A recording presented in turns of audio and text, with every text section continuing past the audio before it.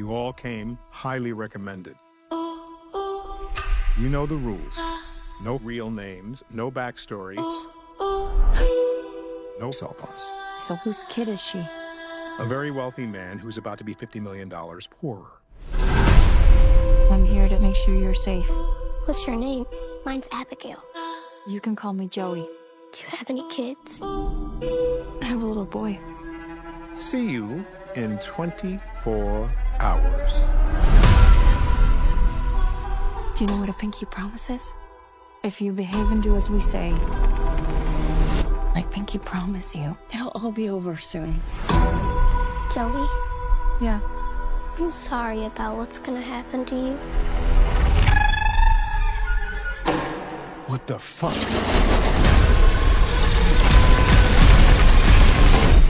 Shit, we gotta get out of here. I think she knows something. Guys. Guys.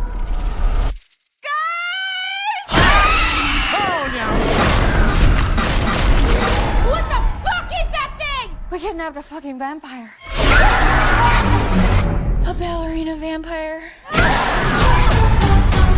Okay, how do we kill a vampire? What are we talking about? Like an Anne Rice or a True Blood? You know, Twilight? Stake through the heart. Daylight is a big one. All right, let's go kill us a fucking vampire. Ready?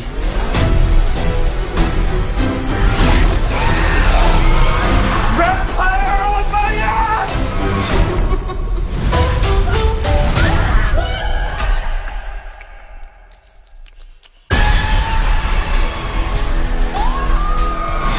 What can I say? I like playing with my food. Whoa! She's fucking flying!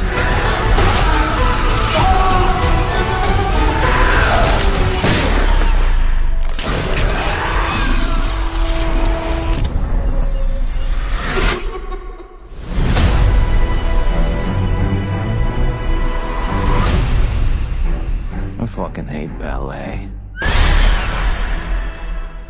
Hello, everybody, and welcome to the latest episode of Fresh Cuts. This is Mike. Joining me, as always, it's Mr. Venom.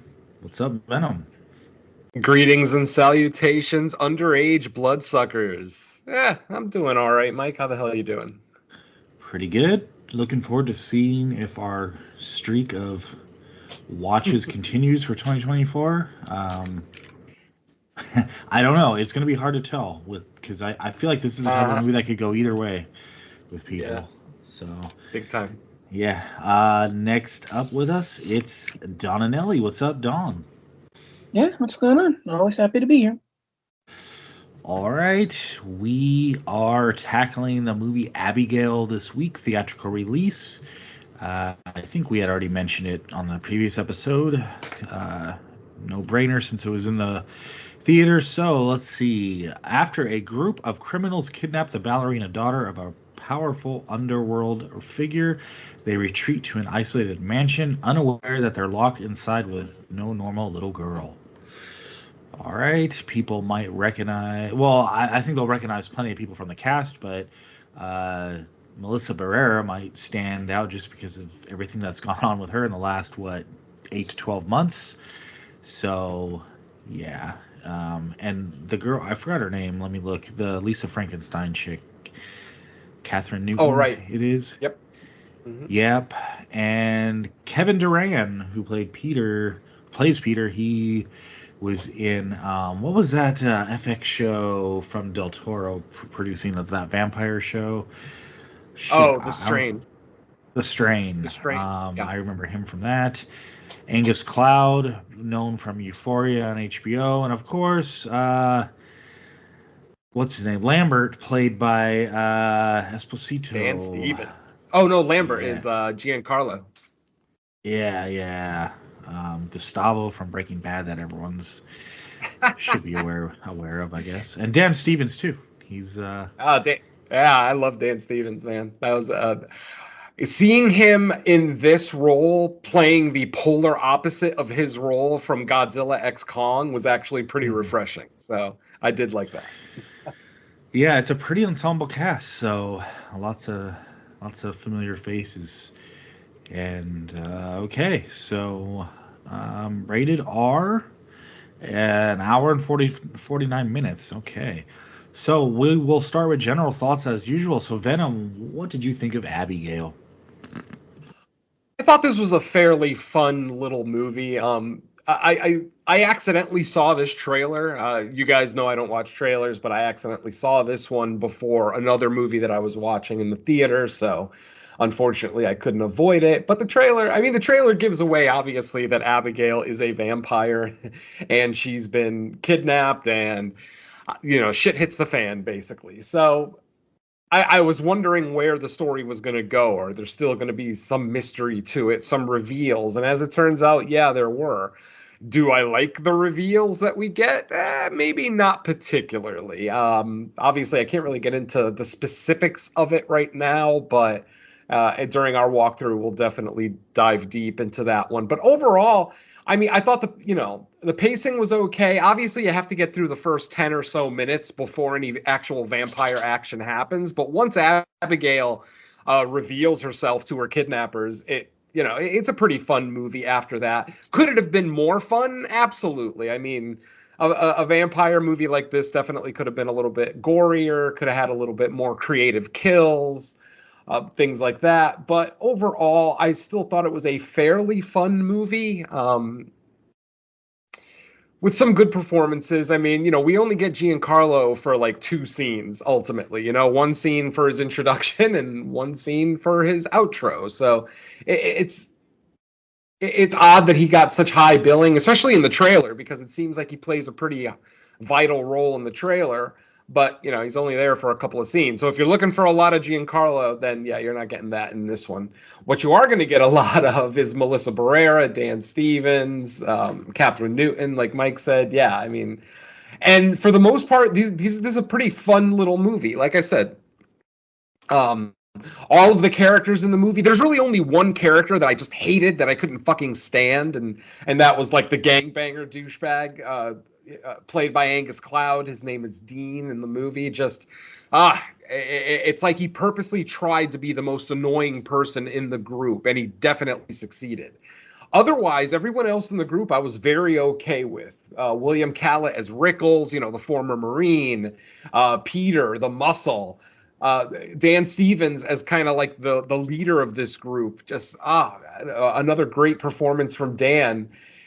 And Melissa Barrera, I'm not gonna sit here and necessarily praise her performance. It's good, it's serviceable, definitely, but it's not like exceptional by any stretch. It's not like Sydney Sweeney and Immaculate or anything like that. But she does the job well, which is fine.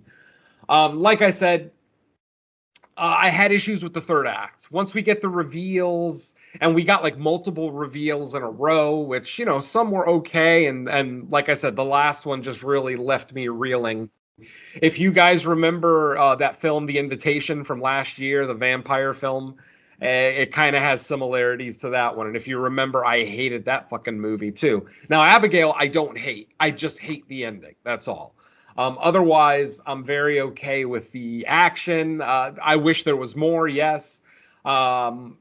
There was one cool little scene of a underground area, an underground pool in the house that something I didn't expect. But the major issue that I have with this movie is how predictable it is. Really, within 10 to 15 minutes of the start of the film, I knew where it was going. And I think most viewers are going to know where it's going. Maybe not necessarily the big reveals at the end, but like why this group is here, why they're babysitting Abigail, blah, blah, blah. Like all of that, I figured out in the first 10 minutes. And you guys know, I don't try to figure out my movies. I try to go on the journey that the director has laid out for me.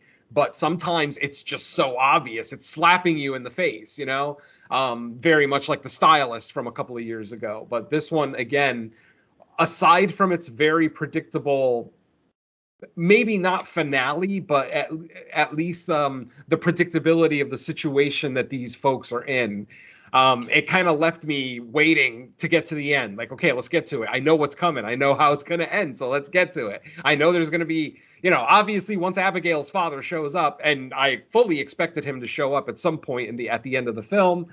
I just really was hoping that he wasn't who they're implying that he is.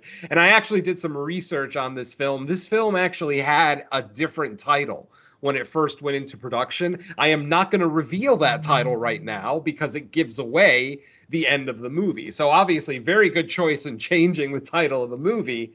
But for those of you who are very savvy with your Universal horror, think 1936. I will leave it at that until we get to the walkthrough and the spoiler section. But overall, I thought it was a fun movie. It's not a be-all, end-all. Like, it's not nearly as fun as like a Ready or Not or something like that. You know, it's fairly fun, fairly enjoyable, some decent characters. You know, even with the group of villains, I mean, there's some very likable characters there. I actually really liked Peter.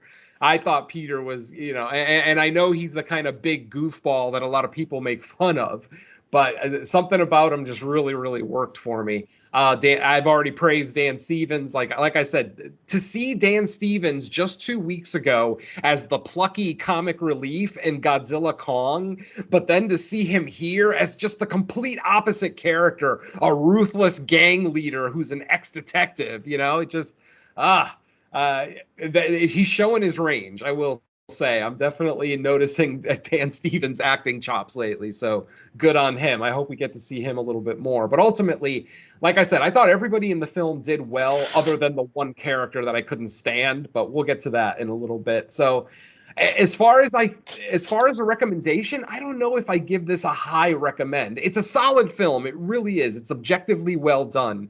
It's just going to be a matter of how the story beats work for you. Some of the cool, maybe not so cool and scratching and cringeworthy, if you will. So I'm just going to leave it at that and say solid movie. I give it a mild recommend. I don't know that it's vital viewing in the theater.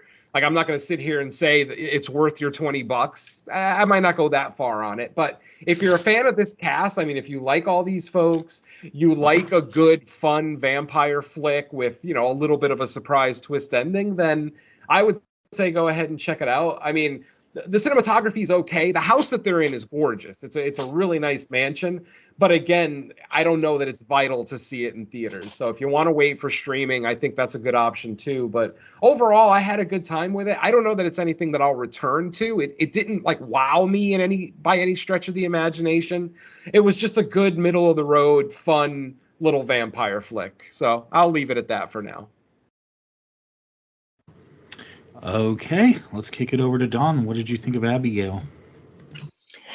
Yeah, I'm kind of right there with Venom in a lot of respects. Kind of where we were last week with the first film, and maybe like towards the bottom end of the good films that we've been getting lately. But still solid enough that it's not really the dregs of stuff that we've had so far this year. I do want to say, to Venom's point about a lot of the predictability, whoever marketing was the director for this film, whether that's for anybody at Universal or one of the other studios that did this, sir, you need to find a new profession, because I think a lot of this is down to how royally fucked over you fucked over this movie with the trailer for this. I know for a fact that a lot of what came in here, I was right last week when I said the reveal of it being a vampire was supposed to be important to the characters, not for the audience. And I was 100% right. I think this would have played a lot better if we would have just known that there was something wrong with the girl that they're holding, and the vampire reveal is the point of what transpires in the film. I think that would have played a lot better. I think that would have made the action flow a little bit more. You have all these mysterious deaths rocking the group, and they can't figure out what's going on, and then they trace it all back to the girl, and then surprise, oh, she's the vampire that's been draining everyone, and then that kind of just plays out from there. I think that would have made the film flow a little bit better. It would have taken a lot of the surprise out. Objectively, I agree. There's nothing wrong with it. How it's made. It looks great. The mansion looks fantastic. I hope one day to finally be out of this crippling debt that I'm in, so I can have a place like that to myself. I think that would be a fun place to live. But yeah, I don't think I'm going to be out of that kind of financial strain anytime soon. So yeah, it's kind of out the window. But for the future, maybe. Anyway, yeah, the action scenes are fine. Some of the second act is kind of it gets a little wild and fun, which I really like. Just yeah, whoever marketed this thing and told everybody this is a vampire, this really would have served a lot better if it's the gut punch would have been a lot better if we would have actually not known from the very beginning that this was even if you didn't say anything about her being a creature, if you would have played this up as like some kind of like haunted house movie where the things happen and we think it's the house rather than Abby, and then all of a sudden it's revealed that the twist is that she's a vampire, I think that would have played to the film strengths a lot better. And then the third act, wow. I mean, not saying too much. I don't want to, again, I don't want to say a lot for spoilers, but that really went into directions I don't really like. Trying to choose my words carefully here. I think the decision is okay. The direction it goes. I just don't like the way that it leads up to it, and I think that's gonna mean more when we finally get to the walkthrough. I think the idea could have worked, but I don't think how we get there is enjoyable. And I don't know if I should say much more than that, but yeah, the third act is kind of where this film struggles. It makes it way too long. I mean, this thing probably should have clocked in like maybe 10 minutes shorter. Maybe get it closer to an hour and a half. I mean, you said this was like 140, right? 145 in that area? 50. 149, yeah, almost 2 hours. Oh yeah, okay, so yeah. Well, I mean, I left right when the credits started rolling because nobody said anything about a post credit, so I left. So it felt about 140, 145. So yeah, that makes a little bit of sense. But yeah, you get this closer to 135, 140. I probably would have liked this a little bit more. And then yeah, not knowing her being a vampire probably would have served this movie a great deal of good, because that would have been a fantastic gut punch, or not just even like a gut punch, but just it would have made the second act feel just like a really over the top and crazy. But yeah, I like it. I'm not gonna say it's gonna be end of the year material. Wait for streaming is probably the best bet, I would say. Probably the end of next month. If you've got nothing else to do, this is a great time waster. I don't really know much else to say to that. Although I will say kudos on the Universal reference, Venom. That was the film I was thinking of the most when I first walked out of this. The particular Universal film is one of the first things I thought of. The other one is, I don't know if I've seen one or two people post about it, and I'm actually kind of glad they did, because it's a hidden gem, and it's Livid or Livid or whatever. I don't remember, but it's the one from the guys who did Inside. It's the follow-up to that one, and it kind of follows very similar grounds. Another one that I really enjoyed. So yeah, again, the Universal film is one of the first ones that I thought of, so kudos to that one. But yeah, like I said earlier, my best bet is wait for streaming. So not a priority, but from this year, you can do a hell of a lot worse. And I mean, there's still a lot to like about it. So yeah, fun stuff. Don't necessarily agree with some of the choices it made, but again, you can do a lot worse. So again, at the expense of saying anything else, I will leave it at that. Let me jump back in here real quick. I want to say that I 100% agree with Don that this movie was mismarketed.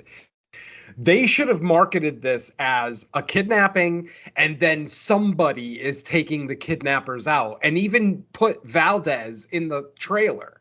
Like, they utilized this character. Yeah. They utilized this character of Valdez in the movie, And that's what should have been in the trailer. They should have made it seem like someone is coming to save Abigail, who, you know, is close to her and potentially might have like some supernatural abilities or something. And then when we watch the movie and we get the reveal that there is, you know, or well, I probably shouldn't say that, but that that Abigail is, you know, a vampire, it would have hit so much harder. Like Don said, it would have been almost like a gut punch. But yeah, definitely they missed an opportunity there. So I just wanted to jump in there before Mike gets in here. Yeah, completely agree. That was you know, whoever marketed this movie, sir, you need a new profession. Yep. All right. Yeah, so for me, I agree with most of what's already been said. To me, this is kind of like a big, dumb movie, but how do those types of movies redeem themselves? By being fun. And I think for the most part, this is a fun movie. My two main criticisms are, I think it has 1 to 2 too many twists thrown. Not only does it have a couple unnecessary twists, but it's like all thrown at us within like 5 minutes of screen time at a certain point. And then two, for me, and this might just be a personal thing, the ending of this movie does not stick at all for me. I was kind of underwhelmed by how the movie actually ended. Mm-hmm. But other than that, like, I enjoyed the cast. I thought they all played kind of like their stereotypical criminal profile characters well. You kind of had a mix of like amateurs with like a couple more professionals.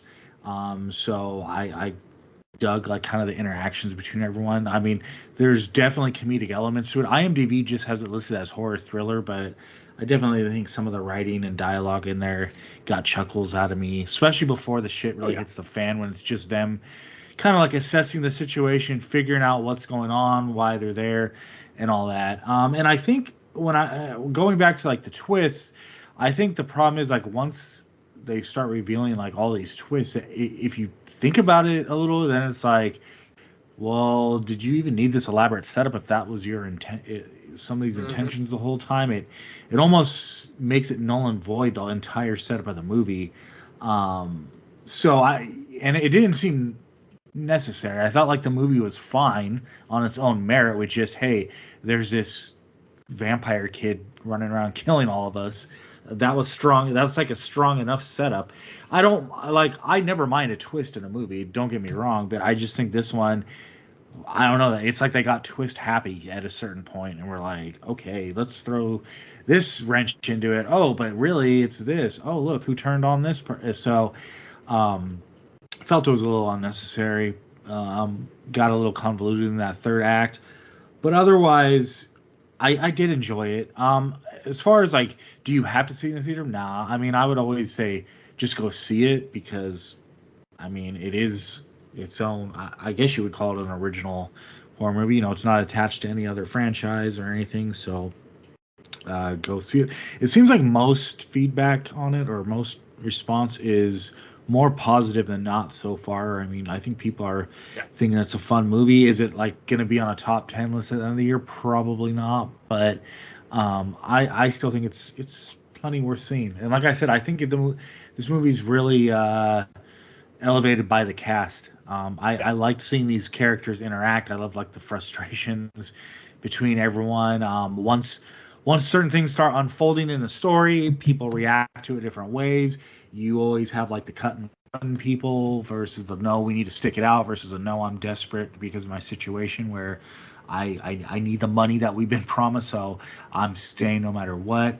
And the way everyone kind of reacts to the situation, I thought it was well done. So really, I think the cast is the strength of this movie. We get a couple decent kills, but like Venom said, it could have been a little more creative in how the kills happened. When we did get like blood and stuff, I thought it was done well. I just wish there would have been more of it, or at least when we got like the one-on-one kills, they got a little more creative with them. But I've seen worse this year as far as kills and lack of gore or blood goes. So we do get, I would say David's credit, we get a lot of blood. I just think that they could have done more creative, because this mansion that they're in, there's a lot, like, as they're just walking around exploring different rooms with all like the kind of antiques and I guess old school collector items. There's a lot to work with in this mansion. I almost thought like the reason they're showing us all this stuff is because it was going to be more involved in like how people were getting killed and stuff, but not so much. But at the end of the day, I did enjoy it. I had a mostly positive experience with it. The criticisms that I do have weren't enough to make me dislike it. So I'm still giving it like a mild recommend. I would just say, know what you're getting into. It's kind of a fun, dumb movie that's elevated by the cast. And now I guess I'll leave my general thoughts at that, because otherwise I'd just be repeating what you guys already said. I'm right there with Mike, though. The strength of this movie is the gang specifically. The seven members of the gang. I thought, their interactions, their the way that they talk to each other, the way that they handle situations, the way that Frank, Dan Stevens kind of takes charge of everything. That was all enjoyable. Once we actually got to the kills, the kills are fun because, here's this little girl going around biting people's necks and, breaking limbs and things like that. So that's always fun. But like Mike and Don both said, the movie needed a little more. If you're gonna inject as much comedy into this as they kind of did, I wouldn't go so far as to call this a horror comedy. There is intentional comedy in here, absolutely. Definitely Peter's interactions, and Sammy too as well, the Catherine Newton character, are enjoyable and funny characters, like I said. So there is, some laughs to be had, but ultimately the movie is lacking in just a lot of things. It should have had, more kills, more gore, should have been marketed better. It should have been shorter, definitely. There's no reason for an almost 2-hour movie with this story. This story literally could have been a short in a horror anthology. This could have been like a 20 to 25 minute story, and it would have been just as satisfying as sitting for an hour and 50 minutes in the theater to watch this. In fact, it might have been more satisfying. So yeah, they definitely took a 25-minute concept and dragged it into 2 hours. But yeah, and the way that they dragged it into 2 hours was just adding reveal after reveal after reveal. And it's like, oh my God, after a while, it just got tedious. So, yeah, I think we're all pretty much in agreement. The movie's worth seeing. It is fun. Like, I think we all had some level of fun watching it, but it definitely just could have been a little more is all. All right, guys. So is there anything else that we want to talk about before we get into the walkthrough, which I can't imagine is going to be that long? Yeah, I'm good. Good. All right, then let's get into it. Our movie opens with Abigail in an auditorium, a completely empty auditorium, and she's playing the music from Swan Lake, and she starts dancing on stage. Blah blah blah. You've seen it in the trailer.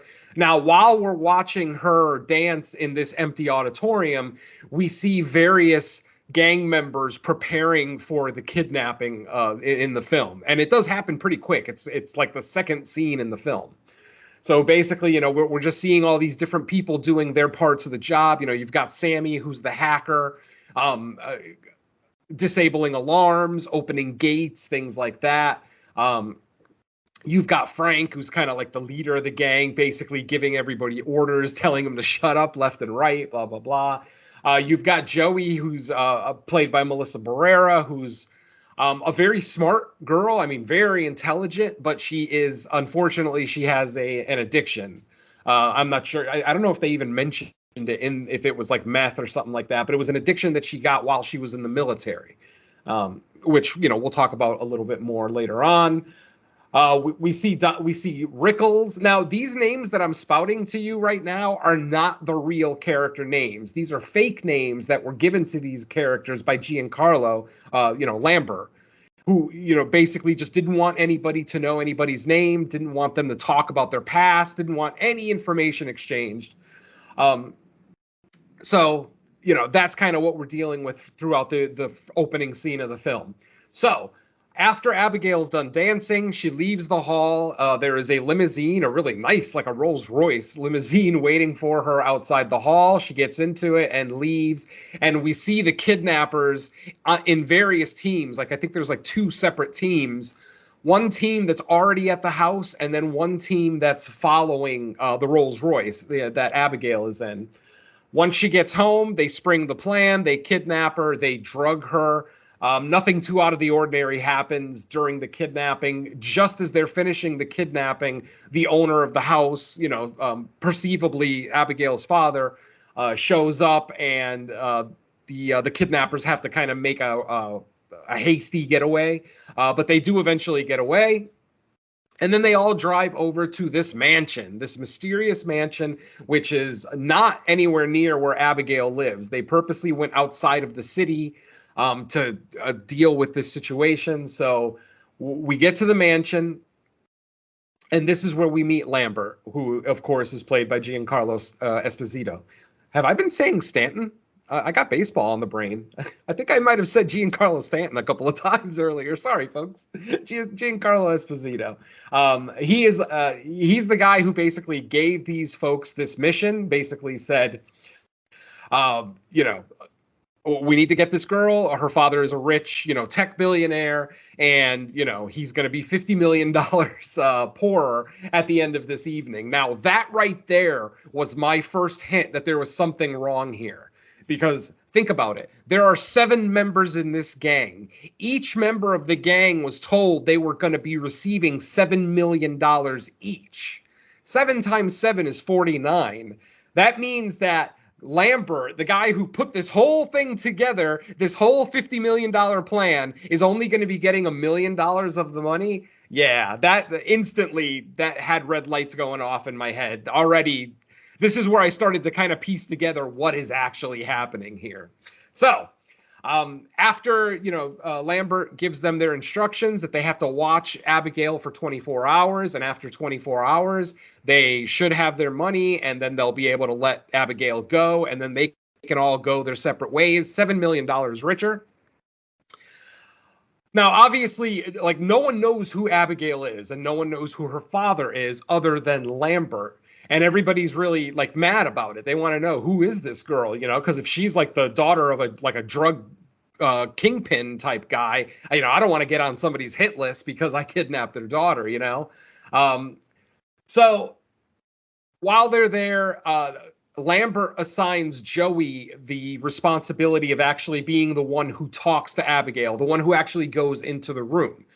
Because they don't want Abigail to actually lay eyes on anybody's face in the gang because she might be able to identify him later. Joey, Melissa Barrera, wears a mask, and she's the one who interacts with Abigail. And right before Lambert leaves, he collects everybody's cell phones. He basically says cell phones are very easy to be tracked, and I want to make sure that none of you have been tracked. So I'm taking all of your cell phones. The only one who really had a problem with it was Dean, the kind of gangbanger douchebag who I actually forgot to introduce earlier. Dean is actually the wheelman. He's the wheelman. He's basically the driver. Now, the problem is that he's a white boy who is an absolute gangbanger. He wears the loose clothes, the backwards baseball cap. He talks in incredibly broken Ebonic English. The kid thinks he's African-American, basically. And he's just such a douchebag throughout every scene that he's in. He's got to be a douchebag to a different person in the movie. So, yeah. If the director's intention was to make him the most hateable character, then you have succeeded, my friend, because I fucking hated that guy. So, at this point, Lambert leaves with all the cell phones, and Joey goes up to see if Abigail is okay, because they did drug her with, a syringe during the kidnapping. By this point, Abigail is awake. She's crying. She's asking what's going on. I don't understand what's happening. And Joey basically lets her know, well, we just want some money from your dad. Once we get that money, we're going to let you go. And, I promise that I won't let anything happen to you. And Abigail's like, are you sure? I don't believe you. I think someone's going to hurt me. And then they do a little pinky promise where Joey, Melissa Barrera, has a pinky promise with her, letting her know, I will absolutely guarantee that no one is going to hurt you tonight. They go ahead. And also Joey takes off Abigail's blindfold against the wishes of the rest of the gang. Because like I said, they don't want Abigail to lay eyes on anybody's face. By the way, Joey is wearing a mask during this scene, so it's not like Abigail's looking at her. Finally, the leader of the gang, Frank, played by Dan Stevens, just gets completely frustrated with the whole situation of not knowing what's going on, blah, blah, blah. So he literally goes up to Abigail's room, the room that they're keeping her in, opens the door, and then realizes that Abigail's not wearing a blindfold. So he closes the door instantly, and he gets all pissed off. He ends up rushing into the room, putting a gun right up to Abigail's head and saying, "Did you see my face? Did you see my face? What color are my eyes?" And Abigail just, continues to deny that she saw him or that she could identify him or anything. So finally, he puts the gun up to her head and says, "Who is your father? Just tell me who your father is. I want to know who it is." And finally, she says, "My father is Christophe Lazar." And instantly you see Frank's, you could almost see the blood in his face drain as he hears that name. And he says, "Really? You're Christophe Lazar's daughter?" And she's like, "Yes." He runs out of the room and rejoins the rest of the gang who's down in the parlor getting drunk, and basically starts packing up his shit and says, "I'm out of here. I'm leaving right now." And everybody's like, "What the fuck are you talking about? Why are you leaving? You're giving up $7 million?" And then he tells the rest of the gang, Abigail is Christophe Lazar's daughter. And this is where we start learning more about Christophe Lazar. Dean, the douchebag, basically says, "Man, that guy ain't real. He's like a legend or something. He's like Kaiser Soze, he doesn't actually exist." And then everybody else in the gang is like, "Oh, motherfucker, he actually exists." And they start talking about stories about Christophe Lazar. And one of the stories, the major story that they talk about, is how a police detective undercover infiltrated one of Lazar's gangs, and actually had 3 of Lazar's lieutenants turn against him, and they were gonna turn state's evidence. So what ended up happening is they were kept in the penthouse of a hotel, surrounded by cops. Like literally, I think they said they had like 10 cops posted on the floor, with 2 cops posted right outside the bedroom door where the 3 men were being kept. Basically, the next morning, which was the day of the trial, the police opened the bedroom door to get the 3 men to take them to court, and what they found was just body parts everywhere. They said the room, we don't actually get to see it, but the way it's described to us is the room was covered with blood. There were body parts everywhere. All 3 of them were torn limb from limb. Blah, blah, blah, blah, blah. And then they're like, and the only way in and out of that room was either the front door, which had 2 armed police officers there, or the window of the bedroom, which was 23 stories high. It was 23 stories up. So they, like I said, they were in the penthouse of this hotel.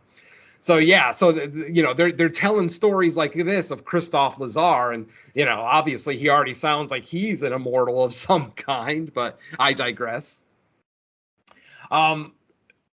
They decide, okay, we got to get I want to get out of here. After they tell the Lazar stories, there's a weird thing. There's a quick scene where Joey is challenged to say something about everyone else, because the people are trying to figure out what they know about each other. They've never met each other. They've never worked with each other. They know nothing about each other, but they're just going by like mannerisms and speech patterns and, how you carry yourself, blah, blah, blah. And Joey is challenged by Frank to start with a $100 bill and says, "I'll give you this $100 bill if you can say anything correct about my past." And Joey looks at him and says, "You used to be a police officer." And she snags the $100 right out of his hand. But then she expands. She keeps going. She's like, "But you weren't just a regular beat officer. Based on the way that you carry yourself, based on the way that you hold your weapon, I'm going to say you were a detective, probably vice or homicide."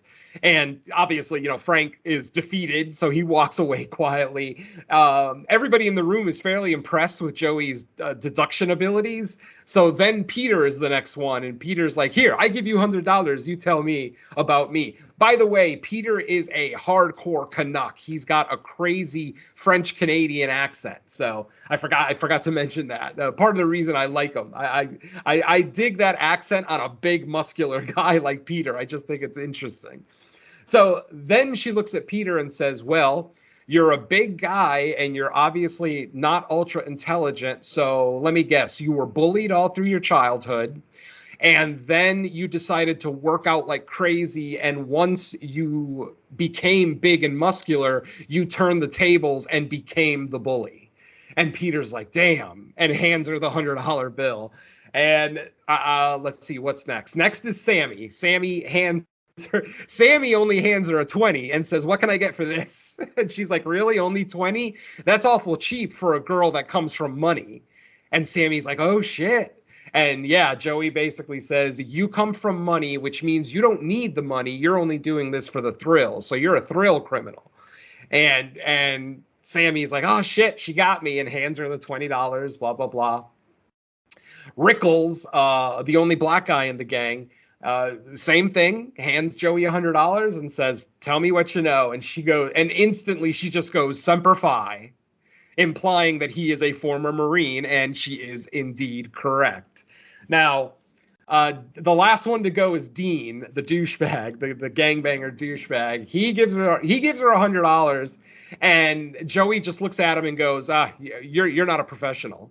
And everybody in the room is like, no, what? Duh, he's not a professional. Look at him. And she's like, no, I mean, like, he doesn't know what the fuck he's doing at all. Like, he knows how to drive, but he's not professional. He doesn't know how to carry himself. He doesn't. And like I said, this is all stuff that any of us could have deduced, because Dean is such an open book. He wears his idiot heart on his sleeve, So literally she collects about, $520 within 20 minutes of being here. So that was interesting. So like I said, after Frank realizes who Abigail's father is, they decide, is it worth staying or is it worth just taking off? Because we can just leave Abigail here tied up in the bedroom. She'll be safe, and someone will find her in the morning when they come over here, and we'll be long gone. Obviously, we're saying goodbye to the money as well, because there's no way we're going to get paid. Finally, they say, you know what? I think it's Peter. No, not Peter. Frank. Frank is the one who says, I'm out of here. I don't care. He goes to the front door of the mansion, and it turns out that a gate has been lowered in front of the door that they used to come in, and now none of them can get out. And then they start checking all the other entrances and windows, and everything has been boarded up. Like, this mansion has a security system, like almost like a fortress. Like, everything shuts down when this thing is turned on. So they start to realize that, shit, we're trapped here. There's not really much we can do.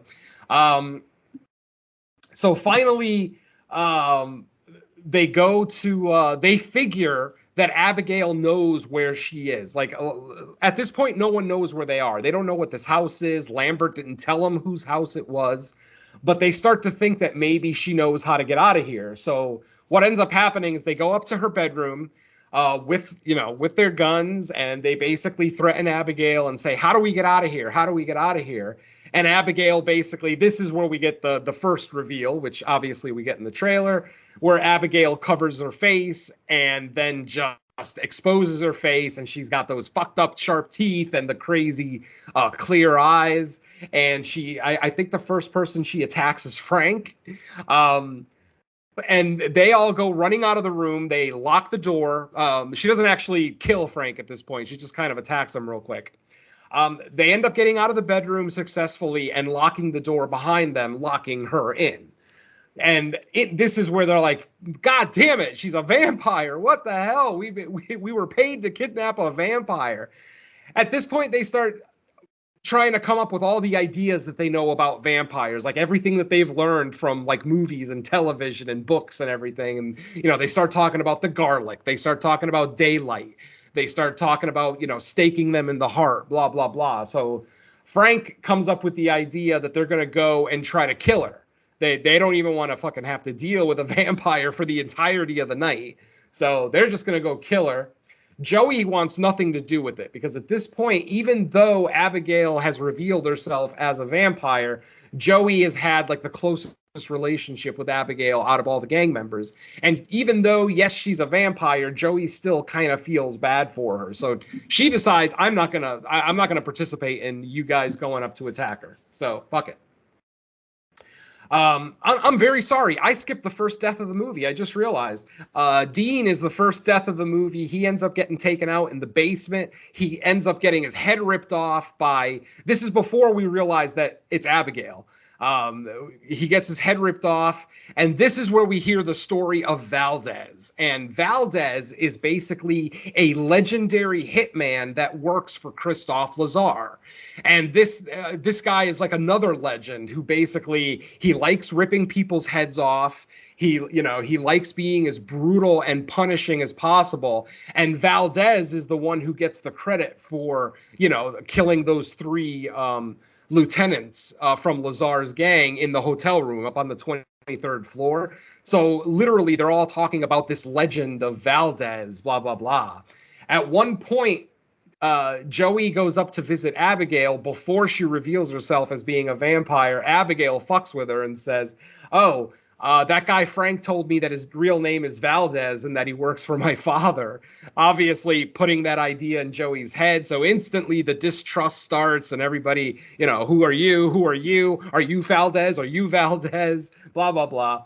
But then, of course, we get the reveal that Abigail is a vampire. And, of course, it is Abigail who is Valdez. Abigail is her father's assassin, which is kind of an interesting concept. We still haven't met Lazar at this point, but obviously we see paintings of him throughout the house. Like I said, we don't realize at this point that this is actually their house, which is another reveal later on that this actually is Abigail and Christophe Lazar's house that they're actually in. But obviously, at this point, the gang members know that this is a trap. They've been trapped here for some reason, and they don't know why. They're still trying to figure it out. So at this point, it's just basically Abigail just starting to pick people off left and right. Well, maybe not left and right, but she takes out Dean. Like I said, she kills him first, and then she kills Rickles by like ripping part of the side of his body out. Unfortunately, we don't see it. It happens off screen, but when Joey walks up to him, we see that half of his face has been ripped off and like half of his torso, like the skin, the flesh covering his torso has been ripped off. And he's just standing there with his eyes open, and then finally he falls over. So Dean and Rickles have both been dispatched at this point. Like I said, this is when Frank decides that they're going to try to attack her. They take a couple of pool cues, sharpen them into stakes.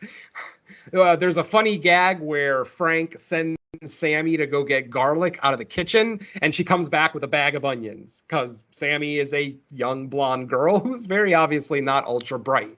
She's obviously a brilliant hacker, but maybe common sense isn't always there. And she even makes the comment that I've never cooked in my fucking life. How would I know what a garlic looks like? So they do end up getting some garlic, like a package of garlic out of the kitchen. So now they are attacking. They're going up to Abigail's bedroom to attack her. Why the attack obviously goes laughably wrong. Frank ends up getting stabbed in the thigh with one of the pool cues. I mean, right through the center of his thigh, like it potentially might have broken the bone. I guess it didn't because we do see Frank walking around later in the movie. So, but it just looked like it went right through his bone. It looked painful as all get out. So obviously they during the attack, Abigail jumps on Peter. She grabs Peter is wearing a gold crucifix and he holds it up to her like it might do anything. She looks at him, smiles, grabs the crucifix and starts stabbing him over and over in the chest with it. Mind you, this is like maybe a 2 or 3 inch crucifix. So it's not like the stabs are actually doing a lot of damage other than generating blood, but she's just going crazy, stabbing him like a couple of dozen times with this tiny little crucifix. And then finally they're like, "What? Fuck it, let's get out of here. We can't do this." They end up leaving, locking the bedroom door once again, and just going back down the stairs with their tail between their legs. And as soon as Frank sees Joey, he's like, "Don't you dare say I told you so." And Joey just kind of shrugs her shoulders. But yeah, so obviously that's not going to work.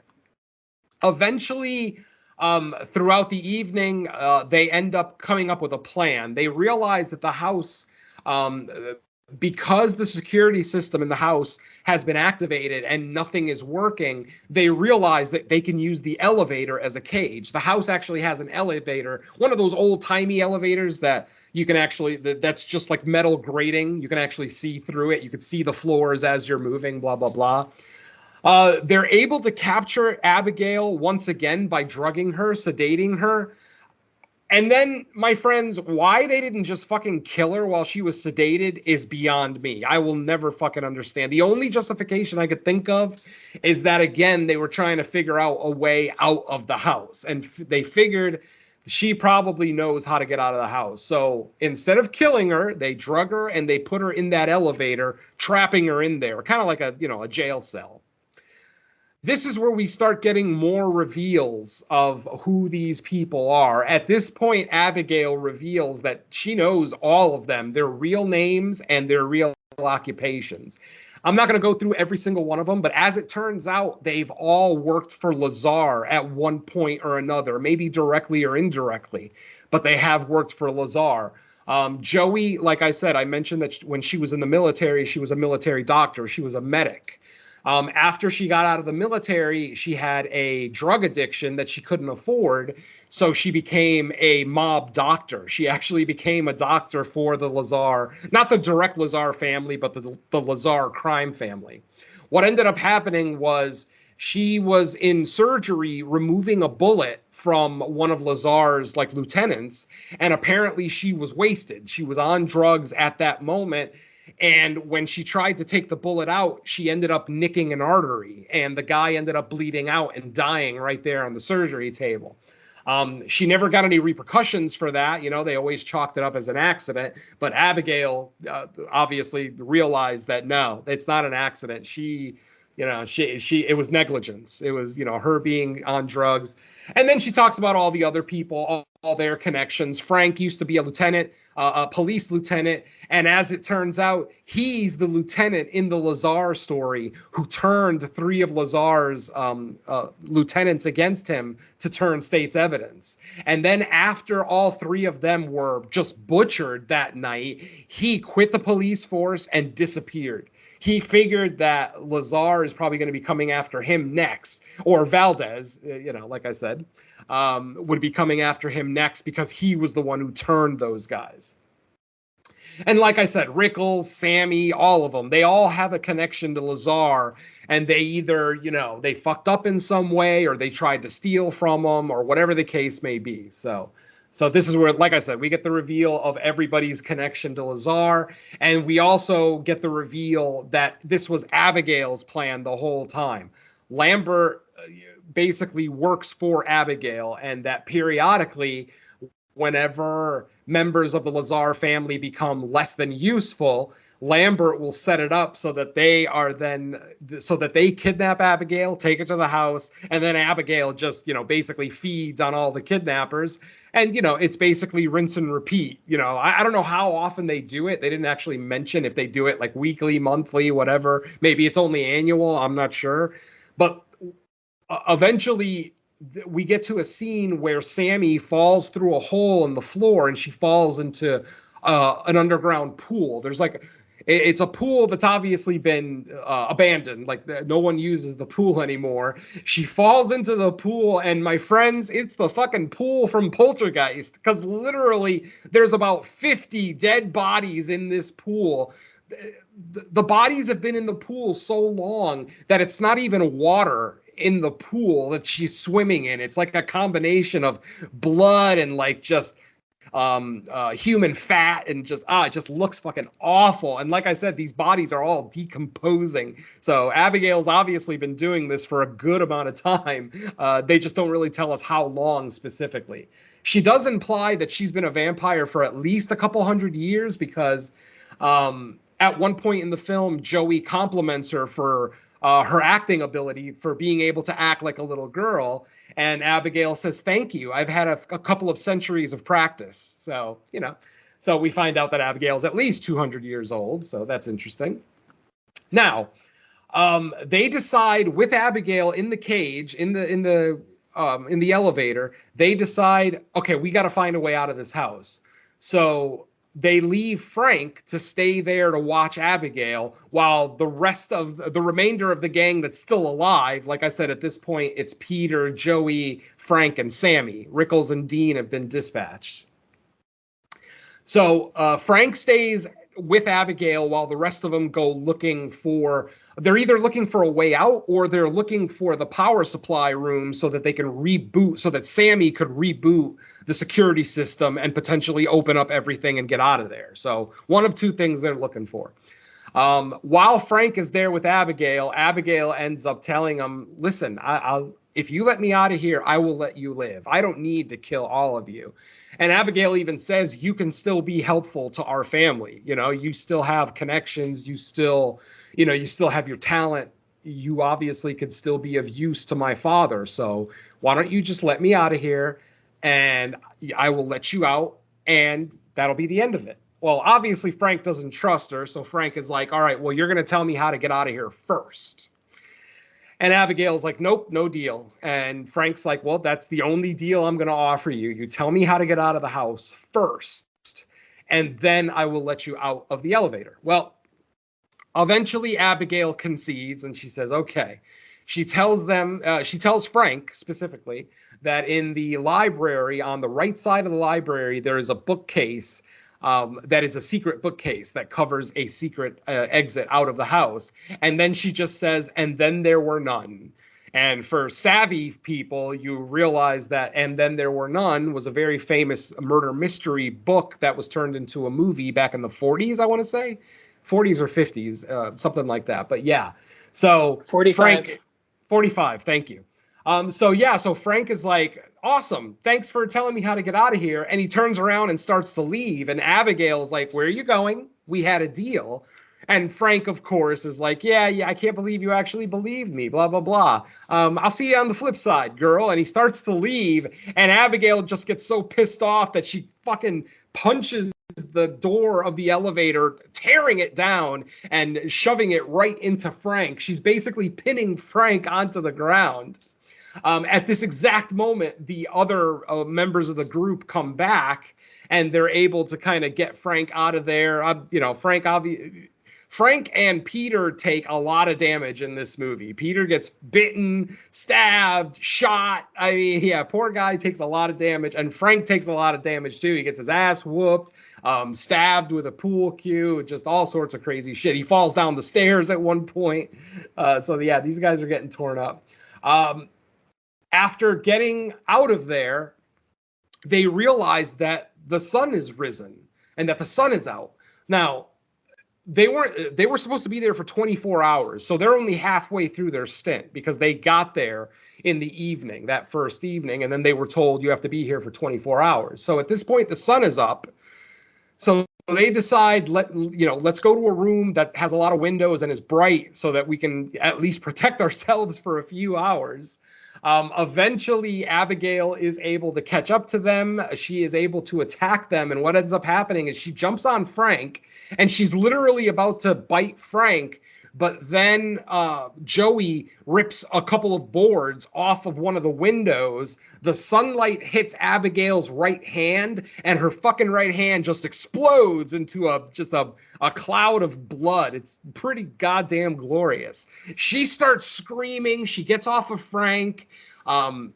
Instantly, I'm yelling, "Why are you guys not grabbing her and pulling her into the sunlight?" I mean, she's a little girl and now she's injured. Yes, she's a vampire, but she's injured. She's not at full power. It shouldn't be that difficult. No, in their infinite fucking wisdom, they end up just running away. And at the moment they start to leave, they look back and they see that Abigail's hand is actually growing back instantly. It's like, the bone starts protruding out of her arm. It starts to form into a hand shape, and then it cuts off before it's fully formed.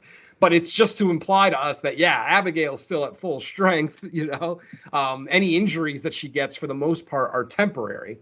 But like I said, this movie has that thing where I don't even know how to describe this, but basically there's a behavior in movies where two things can't happen at the same time. Like if someone is being attacked, even if there's other people in the room, none of them help. They all just kind of sit there and stare.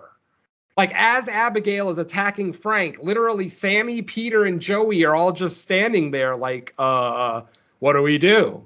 It's like, why is no one helping? This is a little girl. Yes, I understand she's a vampire. I understand that she's overpowered, but she's still a kid. I mean, there's got to be something. I mean, impale her from behind when she's not paying attention. Like when she's feeding on somebody, fucking impale her while she's not paying attention. I don't.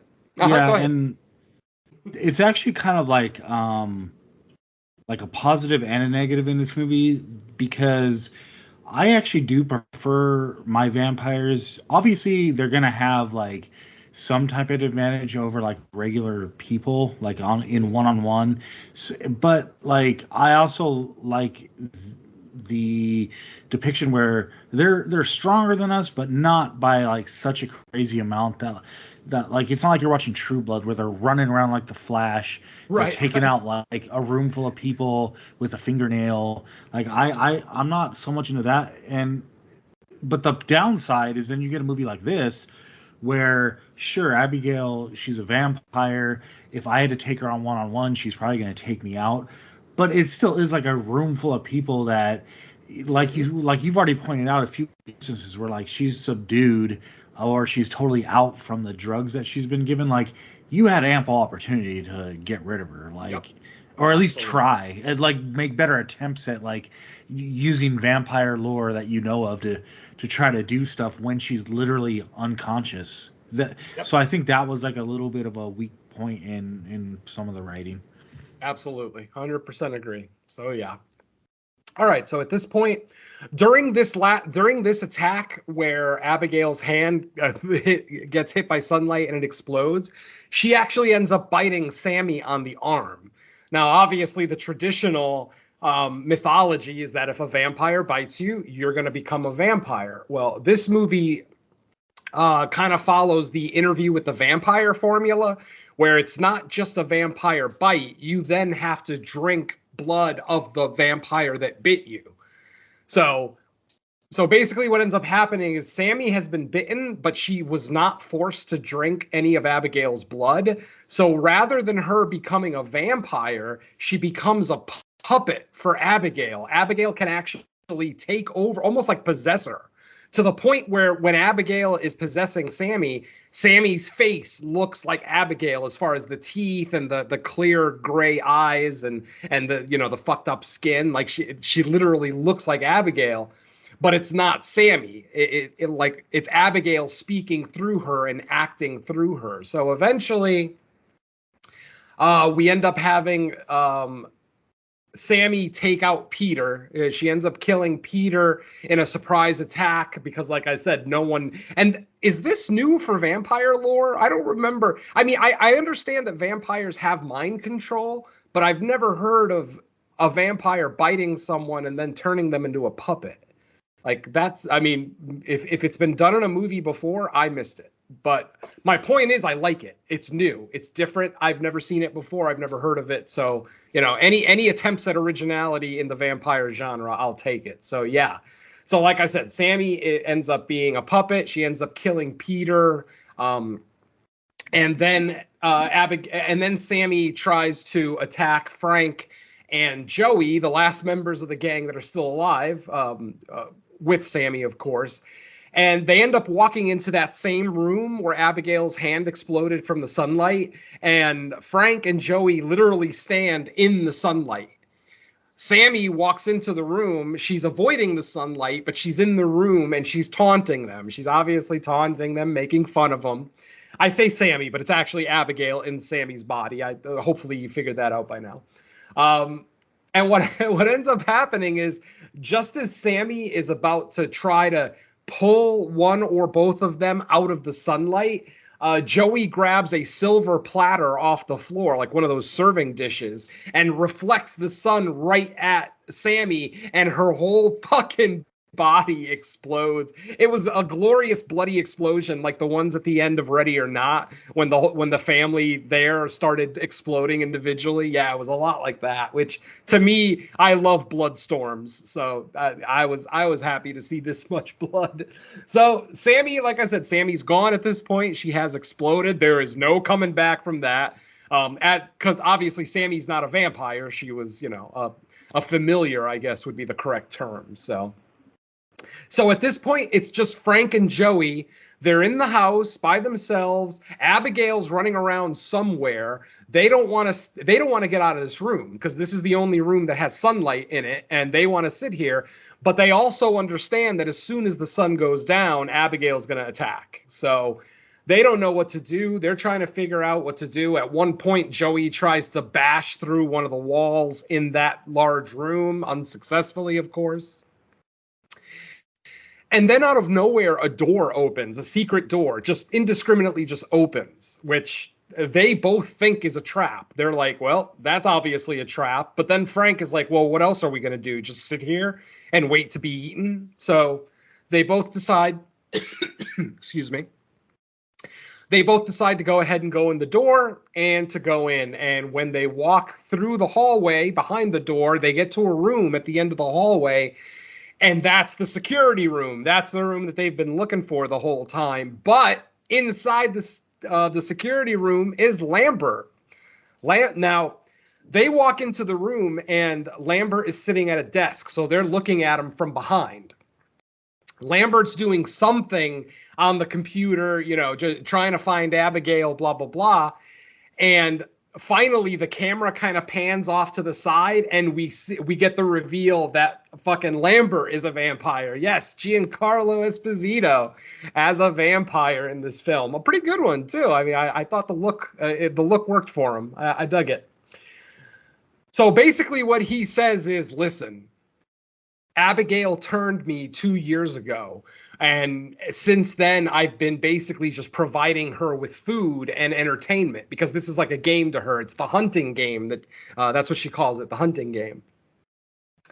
So he decides, Lambert is like, I'm sick of this. And he looks at Frank and he goes, Frank, I could potentially give you all the same powers that I have. And then you and I could team up, kill Abigail, and then wait for her father to get here. And when her father gets here, we kill him and we take over the Lazar business. And Frank, obviously, as we, he's a dirty cop, a detective, a failed detective who turned to a life of crime because apparently while he was undercover in the Lazar gang, he kind of developed a talent for crime.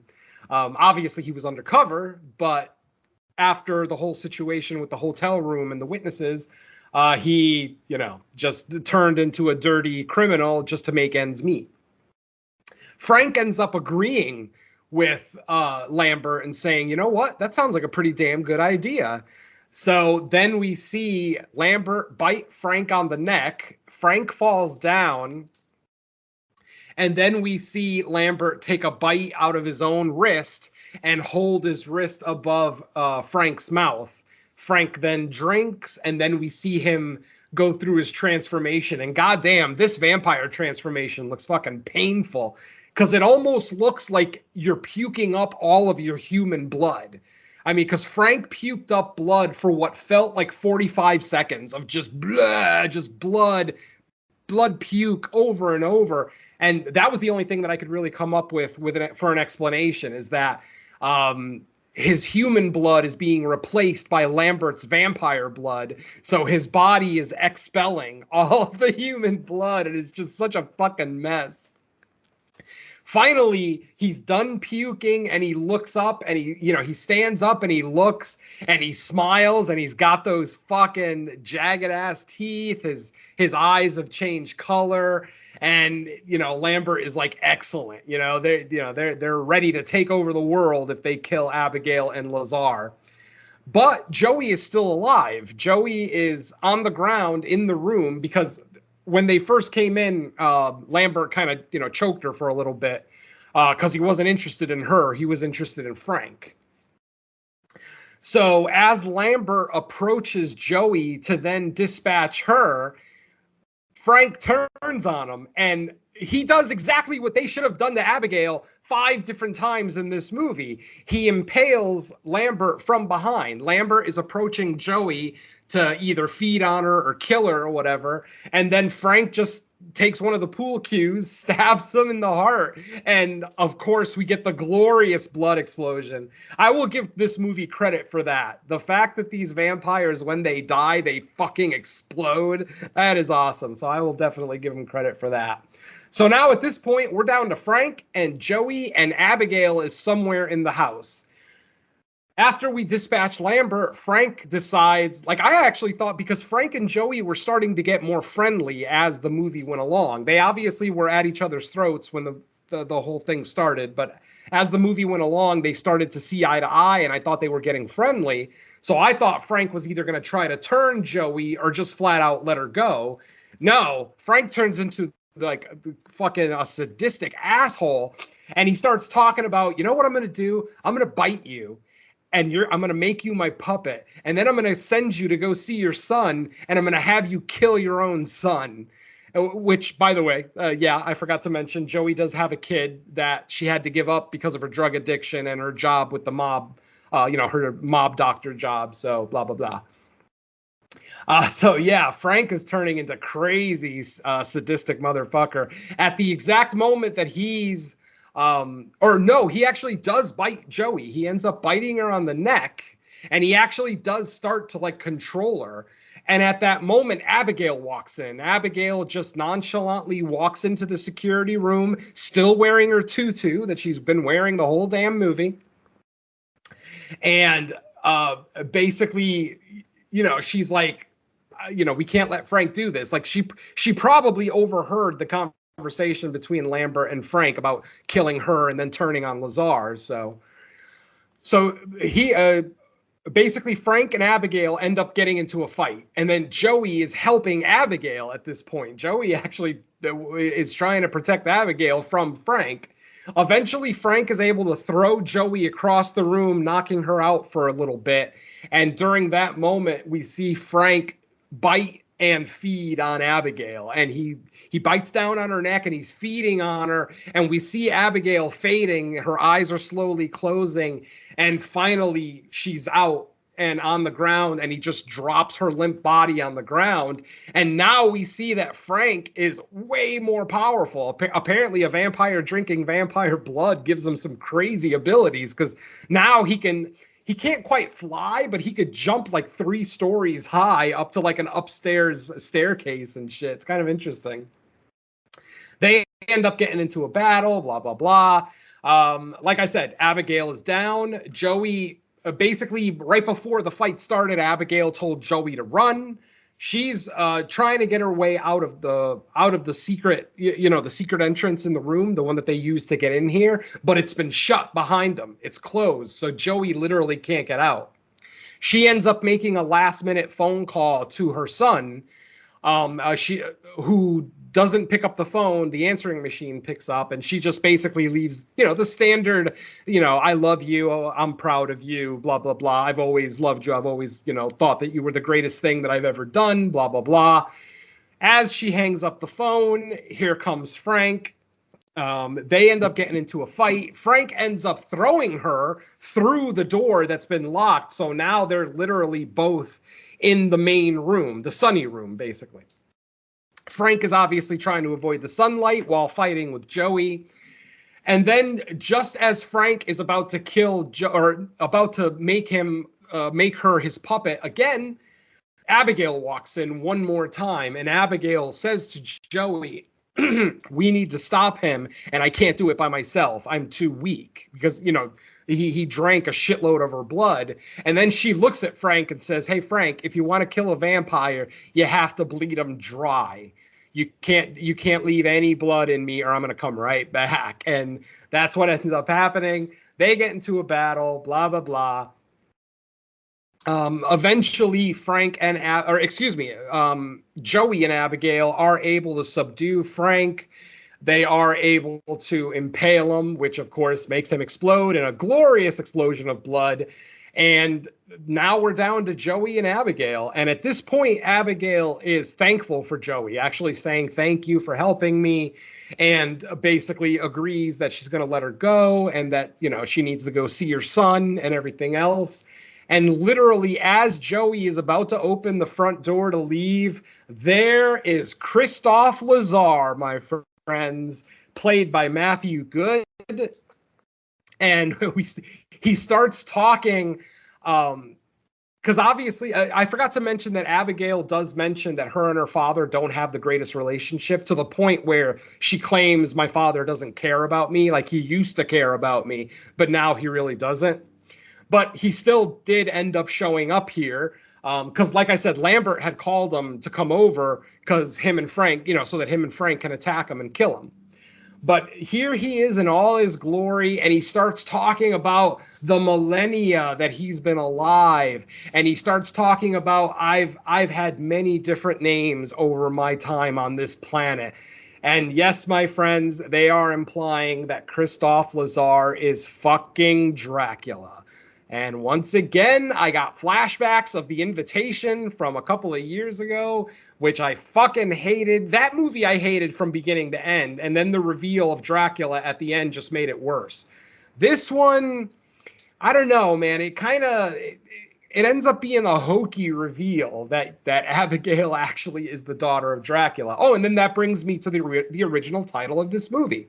When this movie first went into production, its original title was Dracula's Daughter, because this was actually going to be a remake of the 1936 film Dracula's Daughter. Now, anybody familiar with Dracula's Daughter knows that this isn't a direct remake. Like, there's a lot of differences, blah, blah, blah. So they definitely changed the story a little bit, but that's still what they were going for. And after the movie was over, I went online to do some research, and I found out that, yes, this is yet another attempt to reboot the Universal Monster franchise. They tried it with the Mummy, Tom Cruise's Mummy. They tried it with Dracula 2000 or 3000, whatever that stupid movie was.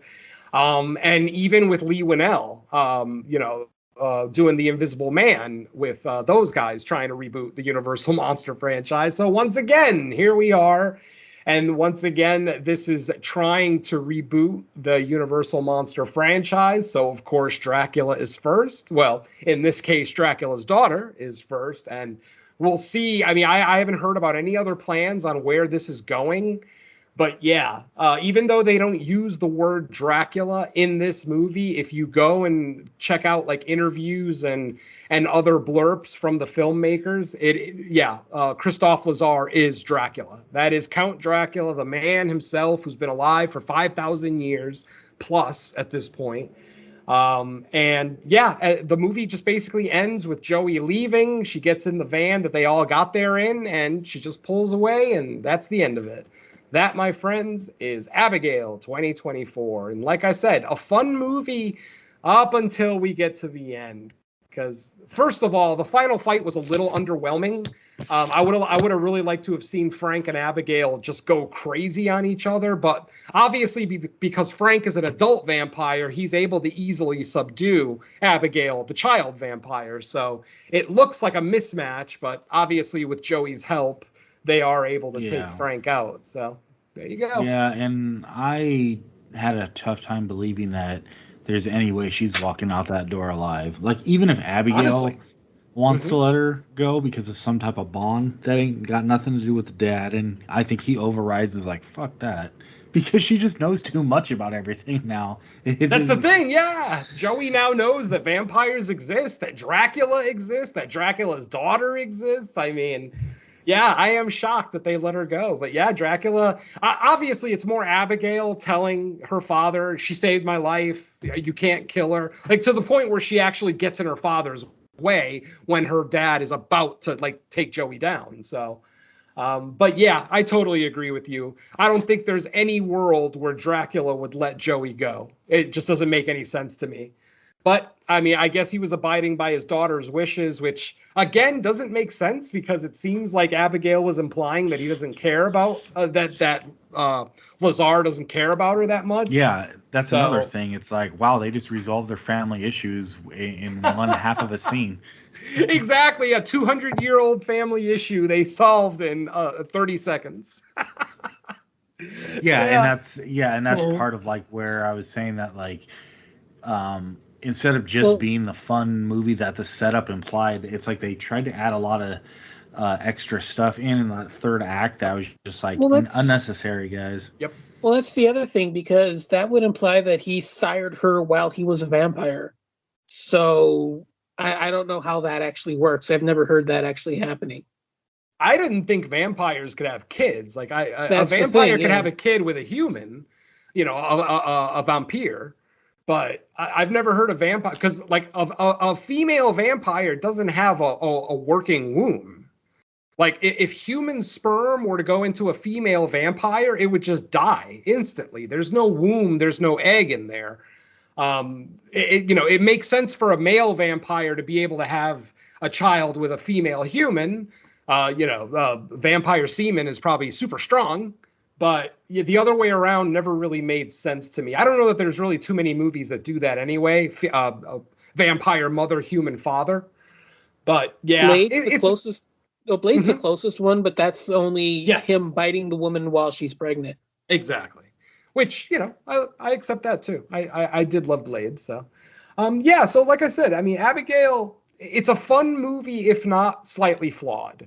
And like I said, it's a movie that leaves you wanting more. I wish there were more kills. I wish there were more creative kills. I actually wish we got more of Lazar. I would have actually, rather than just like 2 minutes at the end of the movie, I would have liked to have seen maybe a flashback of him doing something, ages ago. Obviously, that might have given away the reveal of who he actually is. So I guess to an extent, I understand why he's not in the movie much, but he's such an imposing character. Like Matthew Good is like a tall, thin actor who's kind of imposing. Even though he has the face of like a proper British gentleman, he's a big, imposing guy. So I thought he was a good choice for this role. I just wish they would have done more with it. That's all.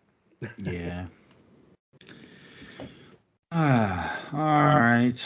Well, that is Abigail. And that is the latest episode of Fresh Cuts. But we did record some stuff that can be talked about. So, Venom, why don't you start us off with where else we've been? All right. The newest thing that we have is just 24 hours ago, we recorded episode 59 of the main show, No More Room in Hell. On that episode, we looked at my picks. And I'll go ahead and reveal them now, just in case. But yeah, it's the kind of thing where I just really wanted to get into some gore. We've been watching a lot of PG-13 movies and R-rated movies with off-screen kills. And, my heart is in gore. So I decided to bring two of the goriest movies that I could possibly think of that are still watchable, though. I explained it on the show. Like, I'm not going to bring August Underground to the show because August Underground is barely fucking watchable. I still like it because it's violent and gory as shit, but it's barely fucking watchable. So I brought two movies to the table, one an obvious choice, one maybe not so obvious. The obvious choice, of course, is 2007's Tokyo Gore Police, one of the most fun goddamn movies I've ever gotten the pleasure of talking about. And then the second movie, which might be a little bit lesser known, comes to us out of Italy in 2011, and that is Adam Chaplin. Just an amazing, unrelenting gore fest of a movie with an actual decent story too. Like I said, I wanted both movies to be something that is watchable, that actually has decent writing, decent direction, things like that. So even though Adam Chaplin is a very cheaply made movie, you can see a lot of cool filmmaking tricks in there. The fight choreography is great. Obviously, the gore is ridiculous. So yeah. Check out episode 59 once that's available. Should be available later this week or early next week. And like I said, join us for the gory fun. And let's see, what else we got? No More Room in Hell presents Creature Comforts, episode 25 is still the latest episode where we looked at Godzilla X Kong, who doubled up on Dan Stevens' reviews there, so that's pretty fun. And then latest episode of Crystal Lake Gift Shop is still episode 4. We are in the planning stages for the next episode of the Crystal Lake Gift Shop, which will cover the Halloween episode of season 1 of Friday the 13th, the series. So look out for that. And then as far as the one guest spot that I have currently, I am on the latest episode of Cut to the Chase, where you can hear me and Dan and Lacey talk about the Omen franchise. And for a little bit of warning, this is a long episode because we're talking about all 6 films in the Omen franchise, including the latest entry, The First Omen. So look out for that on the Cut to the Chase feed. I don't know, I forgot what episode number it is, but I'm pretty sure it's their latest episode, or if they released one this week, then obviously it's the previous one. But yeah, check that out, and that's it for me. Yeah, I'm pretty sure it's the latest it's the latest actual Cut to the Chase episode, but there might be a couple of their other shows that are newer on the feed. But if people just scroll to Cut to the Chase itself, it's pretty high up there still. All right, next up, Don and Ellie, what do you got? Yeah, I have, again, the latest episode of Creature Comforts. I think this is the week where we're supposed to discuss what we're talking about. I think this is, we're coming up on what we're going to be doing for next month, so should be getting news about that one out sooner rather than later, or the other way around, but you know what I mean. Latest episode, Horror Countdown is, this is the off week, so last week's episode is still out there. That is a rather random discussion I had on the director of the film Death Metal. And we discussed a little bit about the movie, a little behind the scenes information, and just a general conversation on heavy metal horror in general. Just at the very end, there's a top 10 countdown. So it's not a traditional episode, but that is the latest one. Look for next week to be a new release. And I think that's it. I have to check. I think I mentioned last week that my appearance on the No Bodies podcast is coming up. I think it releases next week, so I'd have to check just to make sure, but I think that's the plan. That is a general discussion on religious horror, so that one was a lot of fun. I'll again explain more about that when it comes out, but yeah, I think that's pretty much it for me. I'm trying to think, and yeah, I think that's the last one that's out. So that's all on my end. All right. For me, I was a guest on the latest episode of the 22 Shots of Moods and Horror, discussing urban horror. We did Bones, Death by Temptation, and Snoop Dogg's Hood of Horrors. So it was a return to guest on there. It's been a while.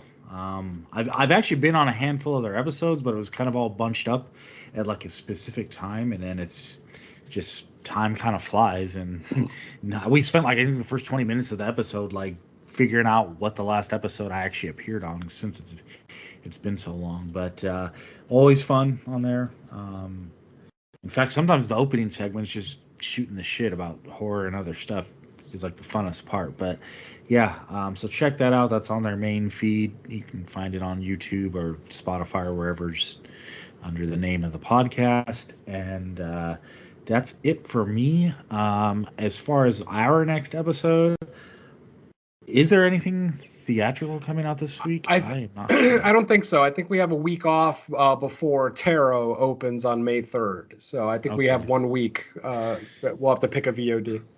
All right, there's plenty out there. Too many to try to pick one right now. Mm-hmm. So we will gather up and figure that out sometime during this week and have it ready in about a week's time from then. So thanks everyone for listening. We will catch you next week with another episode of Fresh Cuts. Let's say bye to our listeners. Later.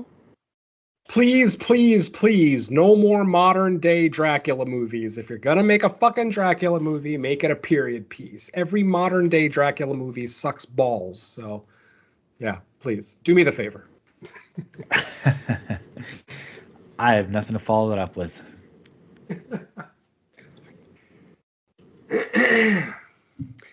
Because even that Netflix Dracula miniseries that they did, where it started in the period, like the Dracula period, but then the second half of it was modern day. Mm-hmm. The second half of it sucked.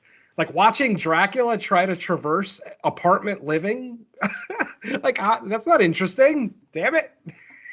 Yeah, I feel like a lot of modern depictions of Dracula, where they try to take the character of not just a vampire but Dracula himself and put it in modern times, he just comes off as like your typical like douche anyway. There's nothing, like there's no defining characteristics, you know? Yeah, I always think about like the Blade 3 Dracula that was one of the worst cinematic Draculas ever.